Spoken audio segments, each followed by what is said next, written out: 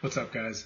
So if you're watching this video right now, you're probably thinking to yourself, how am I going to pass this test? And you're probably looking at this book right now and thinking, what in this do I need to study? I think there's like 700 and something pages. Here's the one thing I want you to focus on the most. Everything that you need for this test is in this book. I know that you can watch a lot of videos on YouTube of people talking about all these different things that they say that you need. But if you have this book, then you have what you need to be able to pass the test. The difficulty lies in understanding what exactly in this book it is that you need. After taking the test and having gone through a bunch of YouTube videos, seeing what other people had seen on the test, I narrowed it down right before I took the test into a large amount of things, but a good amount of things that I think are probably 80 to 90% of what anybody's going to see on the test. Now, each test is different, so it's not necessarily going to be guaranteed that this is what's going to be only on your test. But if you're kind of confused and you don't know exactly what you need to study for because you've gone through the book a million times and you kind of want a base as to what it is that you need, then for this video, what I'm going to do is I'm going to take you through basically 6 or 7 full pages of things that I saw on the test. They go through each section, but then it breaks down each section into the main terms / ideas. Starting off, we're going to start off with chapter 1, so scientific rationale. Mostly what this chapter did was kind of go into the background of fitness as a whole, and then gave you a few statistics here and there. Really what I wrote down for that is like that in the 1980s, women started getting involved in fitness. And then I think they threw in there the body mass index statistic, which comes later in the book also. But just saying that 25 to 30 BMI is where you start seeing the overweight, and then from 30 up is obesity, and that's when the possibility of chronic diseases starts to happen. So chapter 1, I barely saw anything, if just maybe the BMI or possibly some random question about the past, but I wouldn't worry too much about that. And going on to chapter 2, exercise science. So this is basically where you're going to learn how the body works during exercise, and then just basically how the body works in general. The other thing is throughout these sections, there's going to be there's going to be terms. They're going to give you a term and then ask you a question based on that. So you're going to have to know what that term means. So for instance, arthrokinematics, joint motion. Understand muscles, learn how they work, why they work, the chemical reaction, but don't go too far past that because they're not really going to get too deep past that. Understand what insulin and blood sugar is, the differences. That has a lot to do with diabetes, which kind of comes further when you go into special populations. Moving on, I had nothing for chapter 3. Chapter 4, exercise and metabolism. So this is a big one too because it's going to be basically the energy and how energy is produced. You basically have your 3 systems, ATP, PC, which is the system that's going to be initial. So anytime you just get up and start going, that's the initial source of energy that you're going to use. Then you have glycolysis, which is going to be the blood sugar or the glycogen that you're using, the sugar that's stored in your body for long-term energy. And then beta oxidation, which is the use of fat as energy. So go through all those, make sure that you understand those. Those are really important too. Respiratory quotient, really the only thing that I saw there that as a question was they asked me about the 0.70 in the respiratory quotient means that 100% of your energy or 100% of calories being burned are from fat, and then 1 is 100% from carbohydrates. Moving on from there, and I skipped a few chapters because I knew I have a background in athletics, so I knew a lot of the chapters like the cardiorespiratory system, the cardiovascular system, like all the systems I understood, so I didn't need to study them. If you don't understand them, then you need to go back and you need to study those. For instance, like the heart, if you don't know the heart chambers, how it works, where it pumps from, what pumps blood back to the heart, then you need to go in and figure that out. It's not going to be a huge part of the test, but it will be on the test, so you need to understand those systems. Moving on, chapter 6, assessments. So this is going to be like probably top 3, if not top 2, of the things that you need to understand. If you think about it, as a personal trainer, assessments are a huge part of what we do. You can't naturally assess what you need to do with a client or understand how you're going to achieve their goals if you can't get a good assessment and learn about their body and how they function and a lot of their weaknesses, immobilities, things like that. The first thing is the heart rate zones. Heart rate zones, understanding the heart rate zones. You need to know heart rate zone 1, 2, and 3, what they're for, what they do, and then the ranges in them, the 65 to 75% of max heart rate, 76 to 85%, and moving on. And then 3 is 86 to 95%. You need to know those, and you need to know what they do too. And then moving on to the assessments, so like YMCA 3-minute step test, Rockport walk test, single leg squat, pushing assessment, pulling assessment. These are all things that you need to remember, and you need to remember the acute variables that come along with them. So I would spend a lot of time on the assessments. Know what they are, know what they're for, know what to look for while the person's doing them. Now, of those assessments, the number one assessments that you really need to study, and I already know that it's page 196, is the overhead squat, single leg pushing and pulling assessments. Because what they're going to ask you is underactive and overactive muscles. For instance, if you are in an overhead squat here, and your knees cave in, understanding the overactive and underactive muscles. So in that instance, you have to think to yourself, the way that I like to do it is I actually put myself in the position, and then I do the motion that they're describing. And so when my knees go in, I can feel that the overactive muscles are going to be that vastus lateralis, that outer quad, and then the underactive muscles are going to be my glutes, because your glutes are going to adduct and pull those legs back apart, and also an overactive muscle would be your adductors, so it would be the opposite. So you just kind of have to think, go over that page in 196. I basically memorized the whole thing, but I also understood it, because that's a huge part of this is understanding what you're learning, not just memorizing it. Now with the pushing and pulling assessments, they're basically the same thing when it comes to the overactive and underactive muscles for each movement, but you still need to understand it very much. Like, for instance, head comes forward. What's overactive? It's going to be the sternocleidomastoid. What needs to be strengthened? Deep cervicals. Like upper trapezius, overactive. Lower trapezius, underactive. Like, these are things that you have to know. They're going to ask you questions on that. But again, if you teach yourself to learn things rather than just memorize them for a test, if you actually understand the way that the body works and why it works, then this test is not hard whatsoever.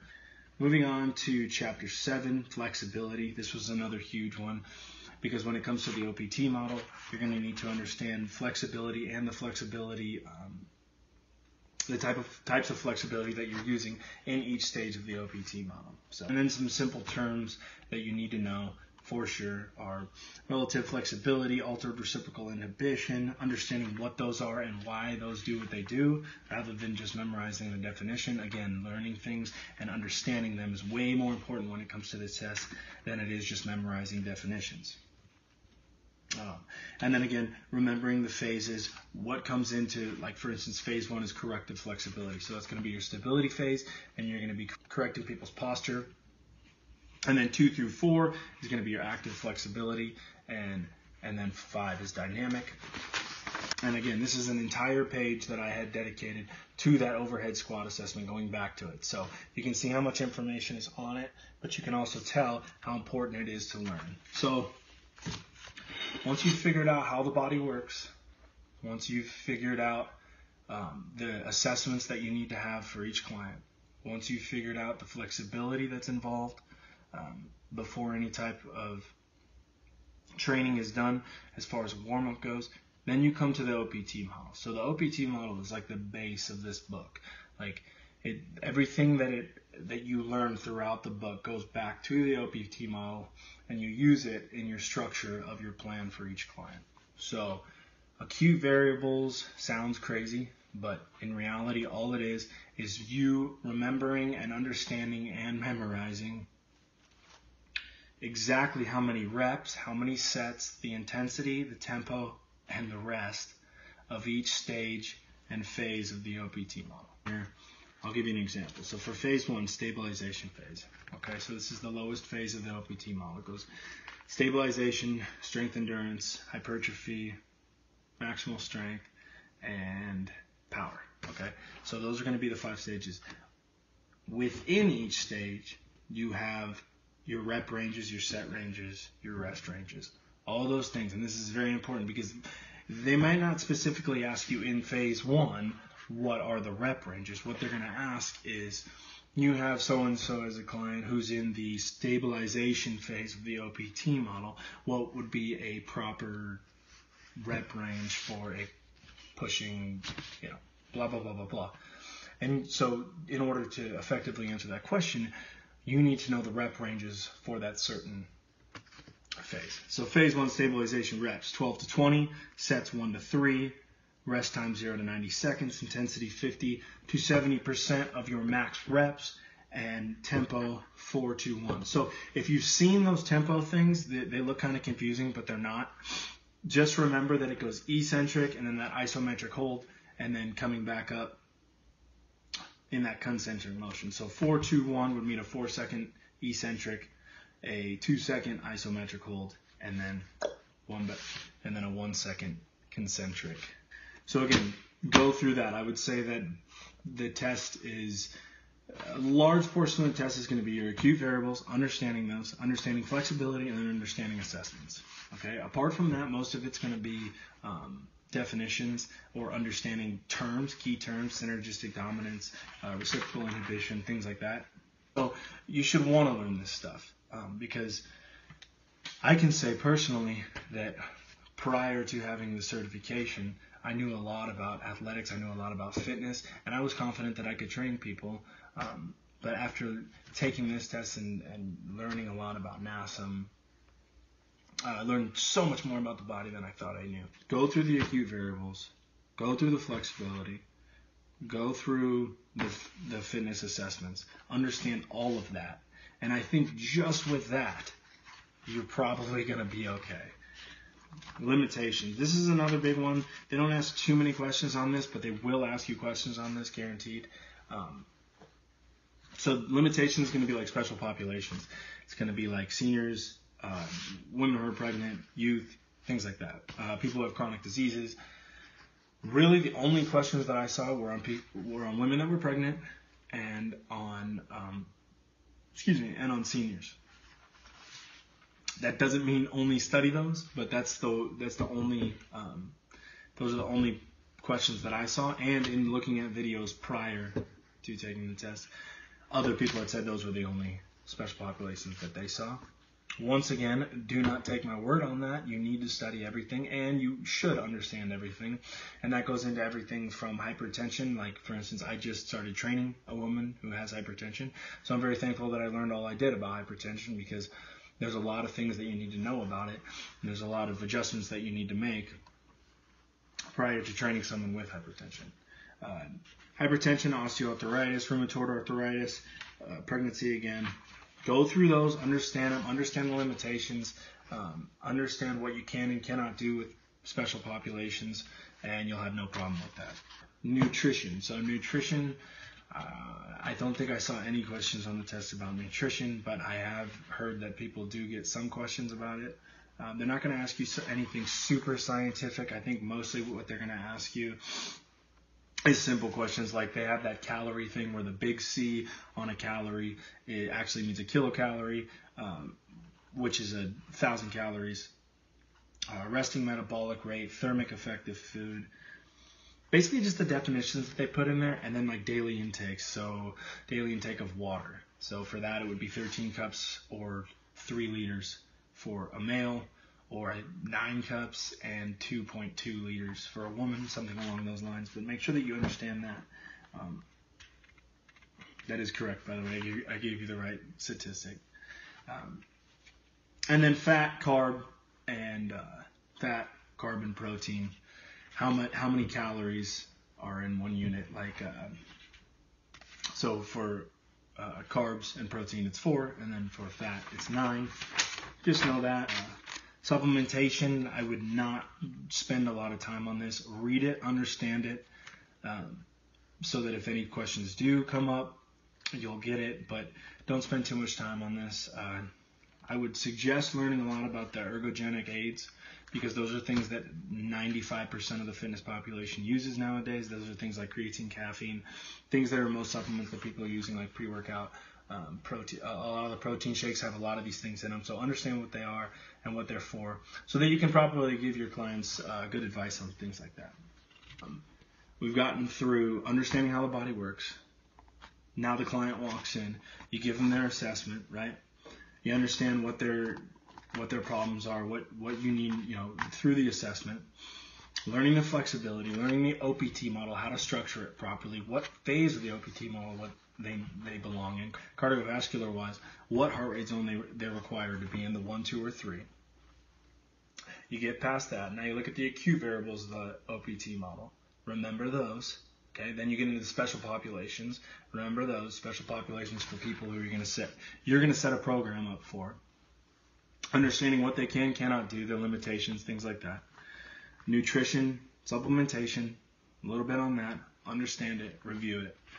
Then we get into like the life coaching and the developmental businessing, where it kind of goes over, the code, what NASM expects of you as a personal trainer, what, business ethics, things like that. You need to read that section. You need to read all those sections. Finish the book out.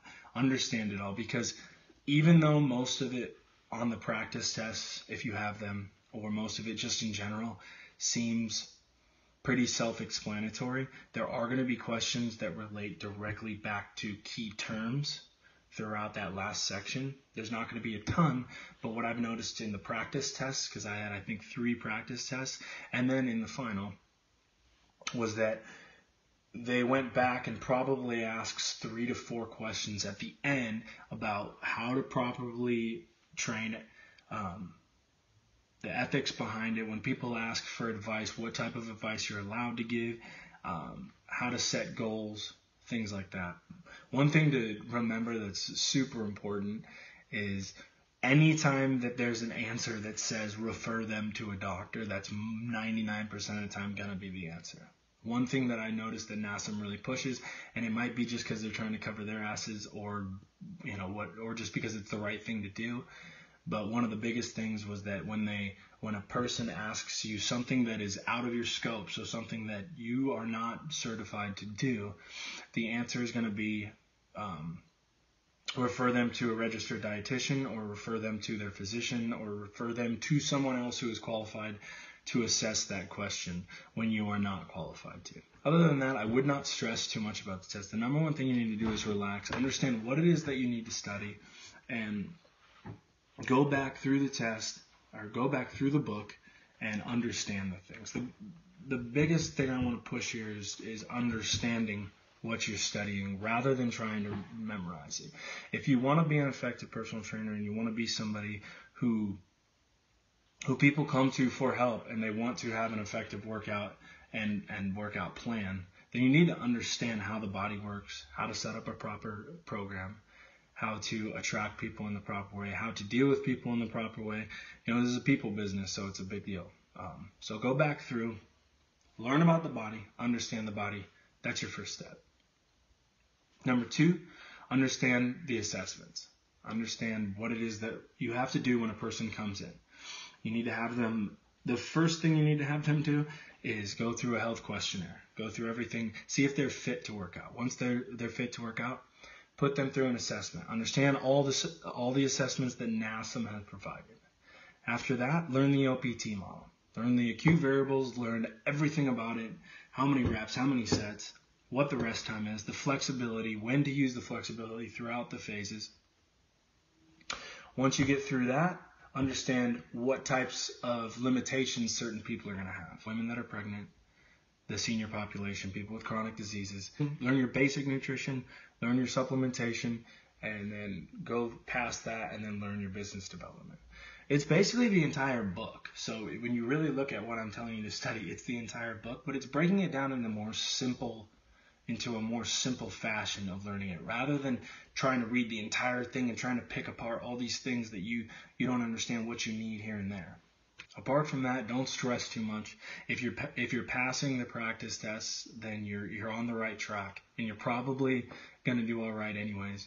But continue to study. When I was studying for this, the night before, I felt super confident, and even though I felt confident, since I have OCD when it comes to like tests and things, I went back through the entire book. I didn't read it, but I went through and I kind of basically said, like, I get that. I don't get that as much. So I stopped. I wrote down everything that I needed, and it turned into this. So this was all done in one night, the night before, and this is everything that I had talked about. And that was basically everything that was on the test. So I was on the right track. So on top of that, just enjoy learning about, the occupation that you're going to have after passing. You'll do great, and study hard.